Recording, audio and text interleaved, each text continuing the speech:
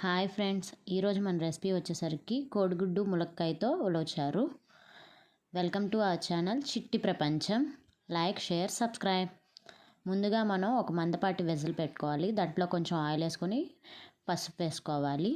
తర్వాత దాంట్లో కోడిగుడ్లు వేసుకొని గోల్డెన్ కలర్ వచ్చే వరకు వేపుకోవాలన్నమాట. గుడ్లు కొంచెం వేగిన తర్వాత పక్కకు తీసేసుకొని సన్నగా ఈనుల్లా కట్ చేసి పెట్టుకున్న ఉల్లిపాయలు, 2 పచ్చిమిర్చి, కొంచెం కరివేపాకు వేసుకోవాలి.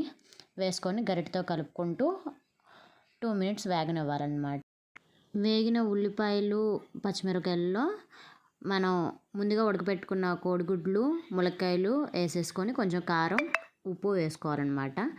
వేసుకొని కొంచెం నిమ్మకాయ సైజ్ అంతా చింతపండు నానబెట్టేసుకొని దాన్ని పులుసు తీసుకొని ఆ పులుసు కూడా వేసుకోవాలి. తర్వాత కొంచెం మనం ఉలవ నీళ్ళు ఉంటాయి కదా, అవి వేసుకోవాలి.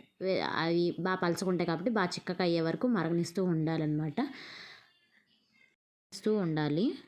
మరిగిన ఒక 20 మినిట్స్కి అలాగా మరిగిపోతాయి అన్నమాట. ఈలోపు మనం మూత పెట్టేసుకొని వాటిని మరగనిస్తూ ఉండాలి.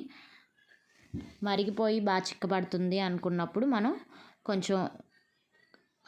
కొంచెం థిక్ కన్సిస్టెన్సీ వచ్చేసిన తర్వాత కొత్తిమీర వేసేసుకొని స్టవ్ ఆఫ్ చేసేసుకోవాలన్నమాట.